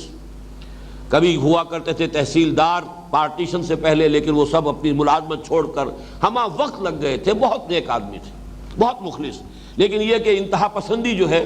وہ ان میں اس درجے آ گئی تھی کہ سب اپنے گھر والوں سے بالکل علیحدہ ہو کر، بیوی بچوں سے سارا رشتہ توڑ کر، پھر وہ جا کر کہیں کاغان میں بہت دور جا کر انہوں نے کسی جگہ پر پہاڑوں کے اندر ہی پھر چلہ کشی شروع کر دی تھی۔ انہوں نے ایک مرتبہ کہا تھا کہ یہ دینی تصنیف و تالیف اور کتابیں چھاپنا اور یہ تفسیریں چھاپنا اور اس سے پیسے کمانا، یہ اسی آیت کے تحت آتا ہے۔ تو میں اس وقت بھی ان سے میں نے کچھ تھوڑا سا سختی کے ساتھ بھی کلام کیا تھا کہ قرآن مجید کی آیات کو اس طرح جو ہے اتنا یعنی لوزلی اپلائی کر دینا یہ درست نہیں ہے۔ یہ چیزیں بہرحال جو بھی کوئی شخص دین کے لیے، اور بلکہ اس وقت ان کا اشارہ جو تھا وہ خاص طور پر مولانا مودودی کی طرف تھا کہ انہوں نے کتابیں لکھی اور کتابیں لکھ کر جو ہے اس سے اپنے ایک ذریعہ معاش بنایا، اپنے لیے دنیاوی جو ہے وہ حصول کا ذریعہ بنایا۔ تو مجھے یاد ہے ابھی کہ ان کے ساتھ میں نے بڑی تلخی کے ساتھ میں نے جواب بھی دیا تھا۔ تو واقعہ یہ کہ یہ چیزیں جو ہے دین کو سمجھانے کے لیے تصنیف و تالیف یہ اس زمرے میں نہیں آئے گا۔ ہاں فتویٰ کوئی غلط دے رہا ہے آدمی، اس پر اس آیت کا اطلاق ہو جائے گا۔ کوئی شخص جھوٹ موٹ کسی بات کو خود گھڑ کر اللہ کی طرف منسوب کر رہا ہو، اس پر اس آیت کا اطلاق ہوگا۔ لیکن یہ کہ دین کی افہام و تفہیم کے لیے، دین کے سمجھنے سمجھانے کے لیے، دین کی دعوت کو عام کرنے کے لیے، خدمت دین کے لیے جو بھی کام تصنیف و تعریف کے کیے جائیں، ان کاموں پر اس طرح سے اطلاق کر دینا ان آیات کا میرے نزدیک بہت بڑی زیادتی ہے۔ البتہ ایک پہلو اس میں ہے جو قابل لحاظ ہے، اور وہ یہ ہے کہ دین کے افہام و تفہیم یا دین کی نشر و اشاعت، دین کی تبلیغ، اس کے لیے تصنیف و تالیف کو ذریعہ معاش بنانا یہ واقعتاً کسی نہ کسی درجے میں مشتبہ ہو جاتا ہے۔ ہمارے علماء سلف کا یہ معاملہ رہا ہے کہ انہوں نے کبھی اپنی اس طرح کی چیزوں کا کوئی کاپی رائٹ نہیں رکھا۔ مولانا اشرف علی تھانوی اس دور میں بھی، حالانکہ ان کی تصانیف جو ہے بے شمار تصانیف، کسی کا کوئی کاپی رائٹ نہیں ہے، کسی کا کوئی حق محفوظ نہیں ہے، جو چاہے چھاپے۔ ایک یہ ہے کہ آپ کسی ادارے کے ساتھ وابستہ ہیں، جو بھی آپ کام کر رہے ہیں وہ اس ادارے کی ملکیت ہے، وہ ادارہ جو ہے وہ آپ کو کوئی گزارا الاؤنس دے رہا ہے یا آپ کی جو بھی معاشی ضروریات پوری کر رہا ہے، یہ ایک بالکل مختلف شے ہو جائے گی۔ لیکن اپنی تصانیف کا کو حق طباعت محفوظ رکھ کر اور حق اشاعت محفوظ رکھ کر اس کی رائلٹیز کا نظام چلانا، اور پھر یہ کہ وہ وراثتاً بھی منتقل ہو، یہ واقعتاً ایک مشتبہ چیز ضرور ہے۔ اور میں یہ کہ بہرحال اس آیت کا اطلاق تو اس پر میرے نزدیک صحیح نہیں ہوگا، لیکن یہ کہ ان آیات کا اطلاق ہو جائے گا کہ ہر داعی دین کی طرف سے ہر رسول کا یہ قول قرآن مجید میں نقل ہوا ہے، وَمَا أَسْأَلُكُمْ عَلَيْهِ مِنْ أَجْرٍ إِنْ أَجْرِيَ إِلَّا عَلَىٰ رَبِّ الْعَالَمِينَ۔ یہ دعوت و تبلیغ، یہ جو خدمت میں سر انجام دے رہا ہوں، میں اس پر تم سے کسی اجر کا مطالبہ نہیں کرتا، کوئی کسی اجر کا میں سوال نہیں کرتا۔ میرا اجر، میرا ثواب، میری اجرت اللہ کے ذمے ہے۔ اس کا ضرور اس کے تابع ہو جائے گا کہ ان کاموں کو کھلا رکھنا چاہیے۔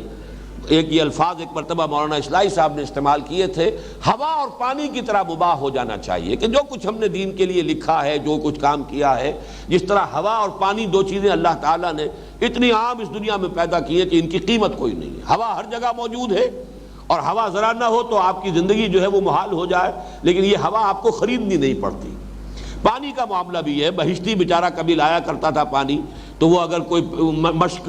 کو پیسے لیتا تھا، وہ پانی کی قیمت نہیں تھی، بلکہ وہ تو حقیقت میں اس محنت کا کہ جو وہ لے کر آ رہا ہے، کیری کر رہا ہے، اس کی محنت تھی۔ ورنہ یہ کہ پانی اور ہوا جیسے یہ مباح ہیں، ایسے ہی دینی تصنیف و تالیف کا معاملہ جو ہے اللہ تعالیٰ جسے بھی ہمت دے اسے کرنا یہی چاہیے کہ اس پر کوئی رائلٹی نہیں، کسی کا کوئی حق تصنیف، کسی کا کوئی حق طباعت جو ہے محفوظ نہ ہو، بلکہ ہوا اور پانی کی طرح اس کو مباح کر دیا جائے، جو شخص چاہے اس کو چھاپے۔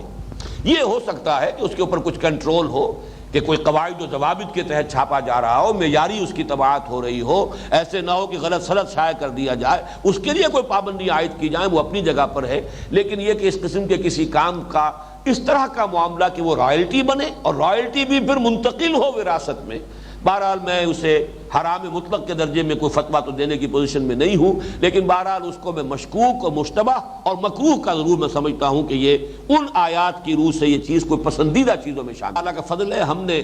انجمن خدام القرآن کی تمام مطبوعات کا معاملہ یہی کیا ہے۔ ہماری کوئی چیز جو ہے اس پر کوئی رائلٹی کسی کی نہیں ہے، جو چاہے چھاپے، وہ فروخت کرے یا یہ کہ مفت تقسیم کرے، کھلی آزادی۔ فویل للذین یکتبون الکتاب بایدیہم ثم یقولون ھذا من عند اللہ لیشتروا بہ ثمنا قلیلا فویل لہم مما کتبت ایدیہم وویل لہم مما یکسبون وقالوا لن تمسنا النار الا ایاما معدودہ۔ اور وہ کہتے ہیں نہیں چھو سکتی ہرگز ہمیں آگ مگر گنتی کے چند دن۔ یہ ہے ان کا عقیدہ، یہ وہ امانی کی۔ وَمِنْهُمْ أُمِّيُّونَ لَا يَعْلَمُونَ الْكِتَابَ إِلَّا أَمَانِيَّ، ان میں ایسے لوگ بھی ہیں ان پڑھ ہیں، کتاب پڑھی نہیں ہے، اس سے واقف نہیں ہے، لیکن کچھ مذمومہ خیالات ہیں، من گھڑت عقائد ہیں، کچھ اپنے جی میں جو ہیں ایسے باتیں جو ہیں انہوں نے گھڑ کر انہیں راسخ کر لیا ہے، اسی کے بل پر جی رہے ہیں۔ تو فرمایا وَقَالُوا لَن تَمَسَّنَا النَّارُ إِلَّا أَيَّامًا مَّعْدُودَةً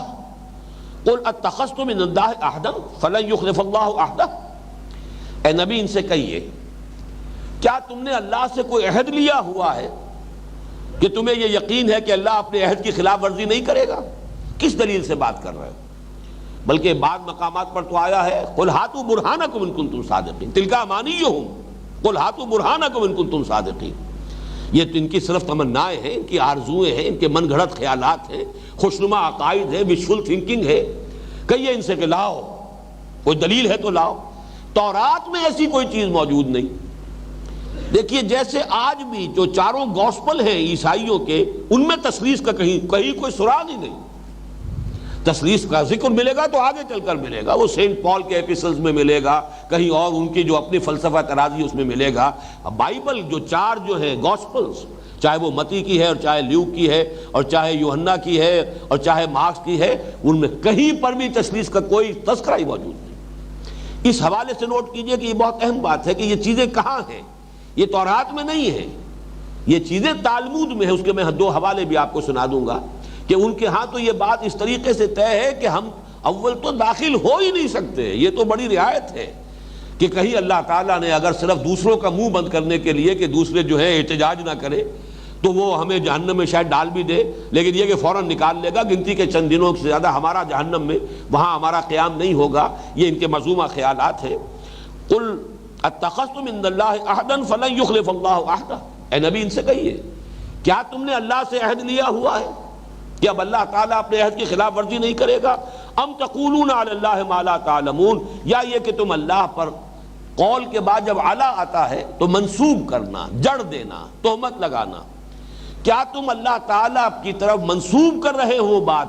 جس کے لیے کہ تمہارے پاس کوئی علم نہیں ہے، کوئی دلیل نہیں ہے؟ کہیں تورات میں یہ ضمانت جو ہے موجود نہیں ہے کہ یہودی جو ہے وہ جہنم میں نہیں ڈالا جائے گا اور اس کے ساتھ کوئی معاملہ جو ہے اللہ کے ہاں وہ بڑا کوئی خصوصی ہوگا، پریفرنشل ہوگا. یہ میں آپ کو سنا دیتا ہوں کہ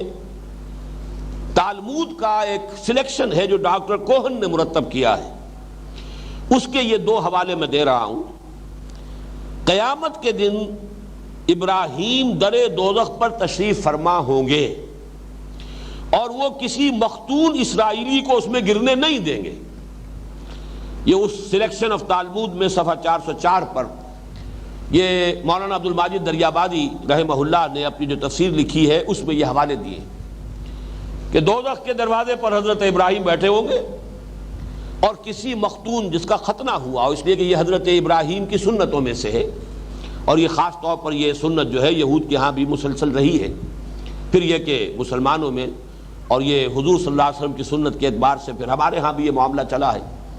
تو کوئی مختون اسرائیلی جو ہے، جو ختنہ شدہ اسرائیلی ہوگا، اس کو وہ جہنم میں داخل نہیں ہونے دیں گے، گرنے نہیں دیں گے، دروازے پر ہوں گے. اور صفحہ 405 پر یہ ہے کہ جہنم کی آگ اسرائیلی گناہگاروں پر کوئی قدرت ہی نہیں رکھتی. جہنم کی آگ کی کوئی تاثیر ہی نہیں ہے، کوئی قدرت ہی نہیں ہے اس کی کہ وہ کسی اسرائیلی کو جلا سکے یا اسے کوئی گزن پہنچا سکے. جیسا کہ میں عرض کر چکا ہوں کہ تورات میں یہ چیزیں نہیں ہیں،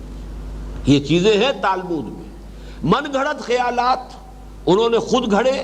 اپنا دین خود تشریف کیا. یہ جیسے عقائد ہمارے ہاں بنتے چلے گئے اور نئے نئے جو ہے توہمات ہمارے دین میں داخل ہوئے، بدعات کا طومار اور نئی نئی رسومات اور ایک بالکل نیا دین اور ایک نئی شریعت تشریف ہو گئی. یہ چیزیں ہمارے ہاں تو علیحدہ رہیں. بہرحال قرآن قرآن ہے، حدیث حدیث ہے، فقہ فقہ ہے، ہر شے علیحدہ علیحدہ ہے. اب اگرچہ کتابیں ہیں عقائد کی تو علیحدہ ہے، معتزلہ کے عقائد کی علیحدہ کتابیں مل جائیں گی، اشاعرہ کی علیحدہ مل جائیں گی، اور جو ماتریدیاں ہیں ان کی علیحدہ مل جائیں گی. ہمارے ہاں ہر شے علیحدہ ہے. لیکن جیسا کہ انجیل کا معاملہ ہے اس میں وحی الہی بھی، حضرت عیسیٰ کے اپنے وعظ بھی، اپنے فرمودات بھی، حضرت عیسیٰ کی سیرت بھی، چاروں چیزیں گڑبڑ ہو کر دی گئی ہیں. وہ چاہے سینٹ متی کی ہو، چاہے وہ یوحنا کی ہو، چاہے مارک کی ہو، چاہے لوک کی ہو، یہ سب کی سب چاروں چیزیں وہاں پہ گڑبڑ ہو گئی ہیں. تو اسی میں وہ اصل انجیل بھی ہے جو اللہ تعالیٰ نے حضرت مسیح کو عطا فرمائی، لیکن ساتھ ہی حضرت مسیح کی سیرت بھی ہے، حضرت مسیح کے اپنے فرمودات بھی، اپنے مواعظ بھی ہیں. اور بڑا مشکل ہو جاتا ہے پڑھنے والے کے لیے کہ وہ علیحدہ علیحدہ کر کے بتا سکے. لیکن یہ کہ بہرحال اس میں موجود ہے وہ اصل انجیل بھی، اس میں کوئی شک نہیں. بلکہ اس کا تو ایک واقعہ بھی ہے کہ میں نے ایک مرتبہ اپنے زمانہ طالب علم میں مسٹر وائٹ ہوتے تھے منٹگومری میں، جو سائی وال کہلاتا ہے، وہاں چونکہ مشن کا کافی بڑا ایک ہاسپٹل بھی ہے اور بڑا ادارہ ہے ان کا، مشنری ادارہ. تو میں نے ان سے ایک مرتبہ سوال کیا، یہ 4 گاسپلز ہیں، which one of them is Bible؟ اس کا جواب پہلا جو تھا وہ تو میں سن کر چونکا، none of them is Bible. میں حیران ہوا یہ کیا کہہ رہا ہے، عیسائی ہے، پادری ہے، none of them is Bible. Bible is in them، ان میں بائبل ہے، ان میں سے کوئی بھی اپنی جگہ بائبل نہیں ہے.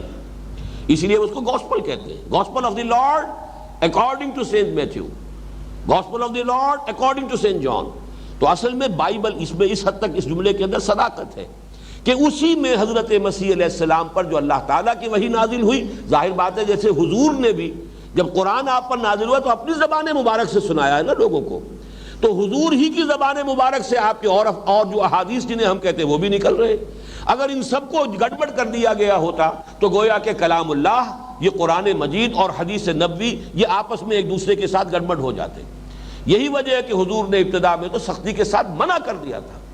لا تکتبوا انی الا القرآن، قرآن کے سوا اور کوئی شے لکھو نہیں،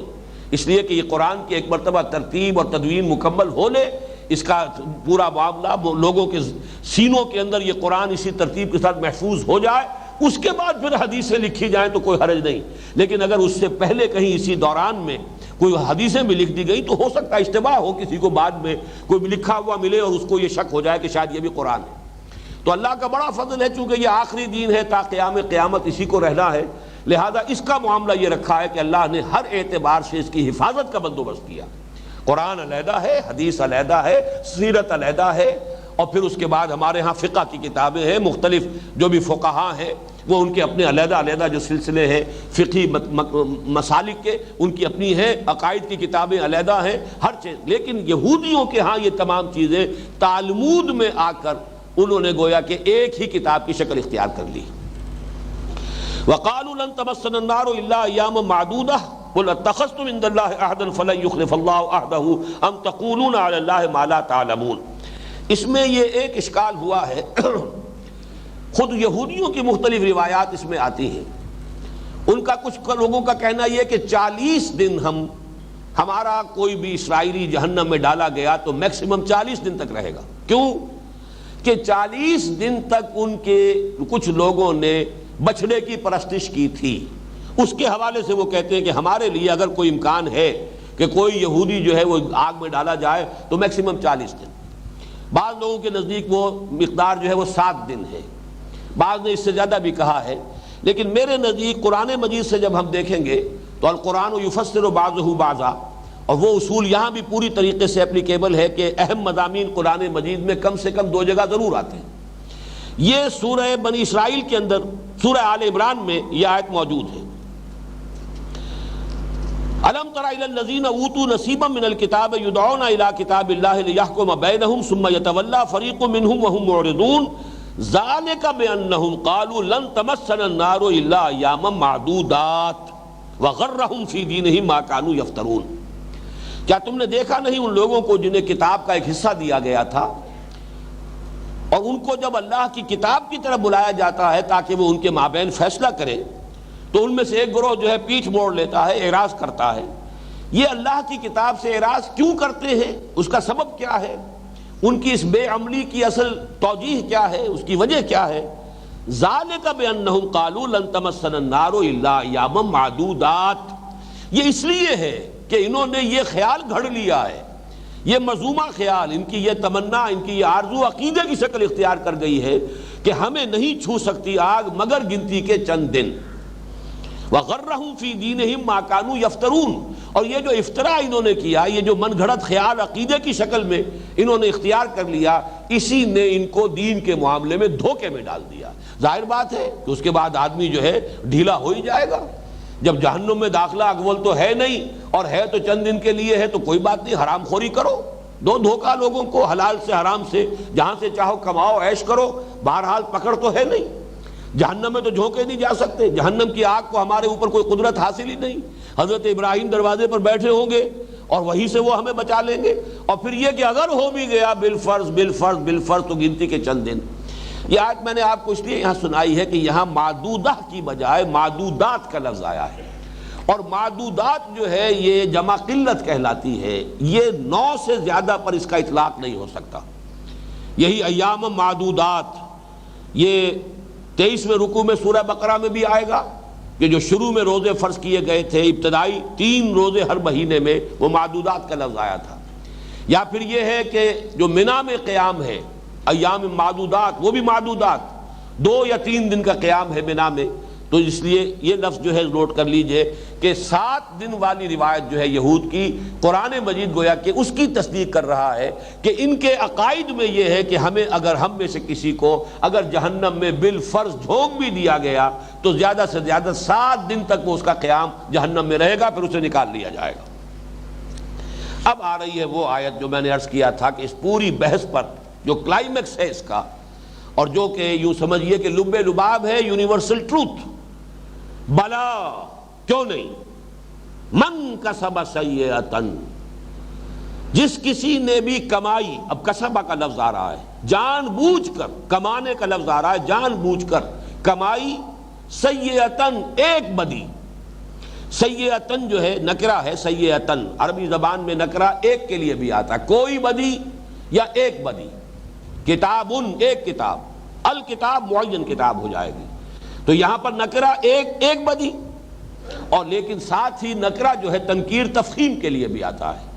جو عام بدی نہیں ہوگی، چھوٹا گناہ نہیں، گناہ صغیرہ نہیں، کبیرہ. جس کسی شخص نے جان بوجھ کر ایک کبیرہ گناہ کمایا، وَأَحَاطَتْ بِهِ خَطِيئَتُهُ، اور پھر اس کی خطا نے اس کا احاطہ کر لیا، اس کو گھیر لیا چاروں طرف سے، فَأُولَٰئِكَ أَصْحَابُ النَّارِ، تو وہ جہنمی ہوں گے، ہم فیہا خالدون، اس میں ہمیشہ ہمیش رہیں گے. کسی کے لیے کوئی ضمانت نہیں ہے کہ وہ نکال لیا جائے گا. یہ آیت جو ہے، یہ چونکہ اب وقت بہت کم رہ گیا ہے، میں اس پہ گفتگو جو ہے انشاءاللہ تعالیٰ پھر اگلے ہفتے کو کر سکوں گا، اس کا حق اس وقت ادا نہیں ہو سکتا. لیکن اس آیت کو نوٹ کر لیجئے کہ یہاں اصل زور دینا مقصود ہے کہ تم تو کہتے ہو کہ کوئی بھی گناہ تمہارے لیے خلود فی النار کا جو ہے وہ سبب نہیں بن سکتا. اللہ کا جو ابدی قانون ہے، جو غیر متبدل ہے، اس میں تبدیلی کا کوئی امکان نہیں، جو سب کے لیے تھا، جو کہ چاہے وہ یہود کے زمانے میں جب تک کہ یہودی مذہب ہی اللہ کا آفیشل دین تھا، جب تک کہ حضرت مسیح کی بعثت نہیں ہو گئی، پھر جب تک کہ حضرت مسیح کے بعد حضور کی بعثت نہیں ہوئی، تو یہی جو دین ہے حضرت مسیح علیہ السلام جس کی تلقین کر گئے، وہی در حقیقت دین خدا بندی ہے.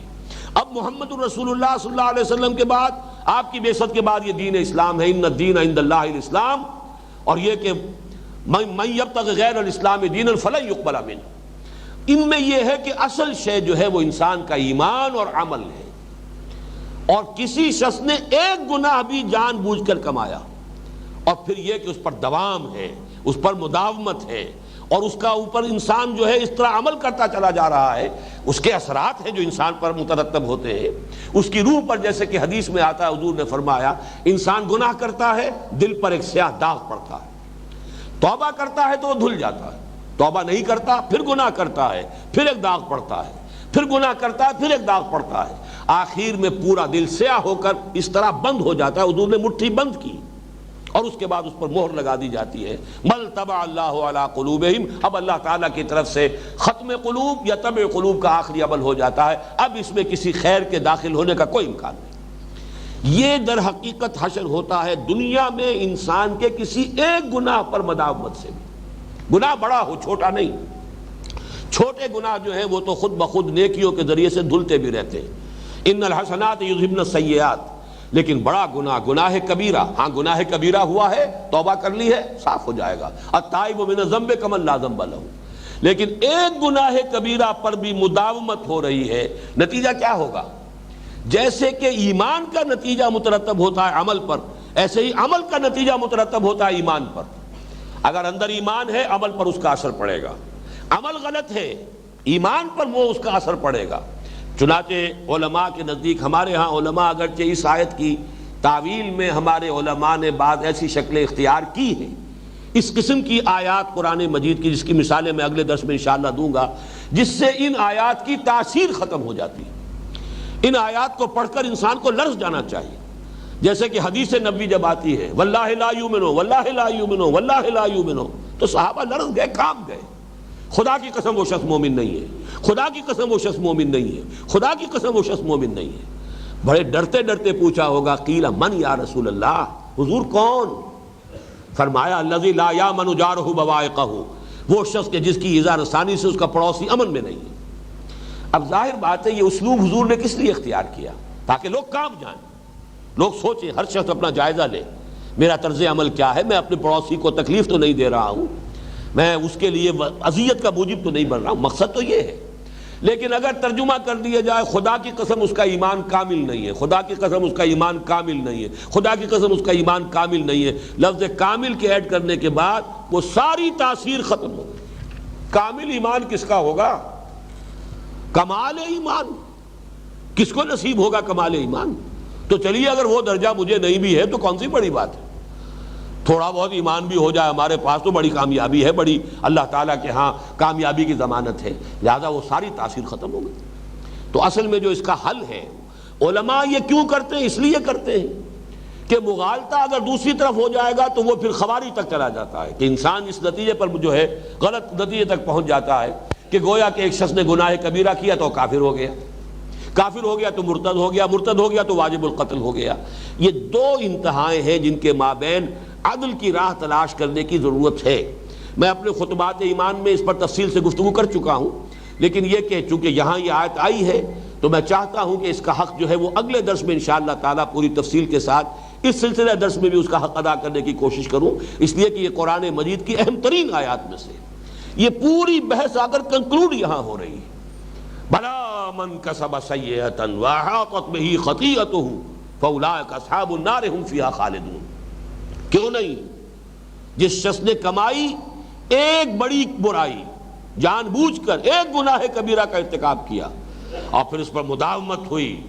اسی کے اوپر جو ہے انسان ڈیرا لگا کر بیٹھ گیا اور اس نے اس کا احاطہ کر لیا۔ ایک گناہ کے اثرات بھی انسان کو اپنے گھیرے میں لے سکتے ہیں، اپنے احاطے میں لے سکتے ہیں۔ سود خوری کرتا چلا جا رہا ہے، کرتا چلا جا رہا ہے، کرتا چلا جا رہا ہے، کیا اس کے کوئی اثرات اس کی شخصیت پہ نہیں پڑیں گے؟ ہمارے وہ یہ جو ٹریڈیشنل علماء ہیں وہ بھی ایک اصول مانتے ہیں کہ المعاصی برید الکفر،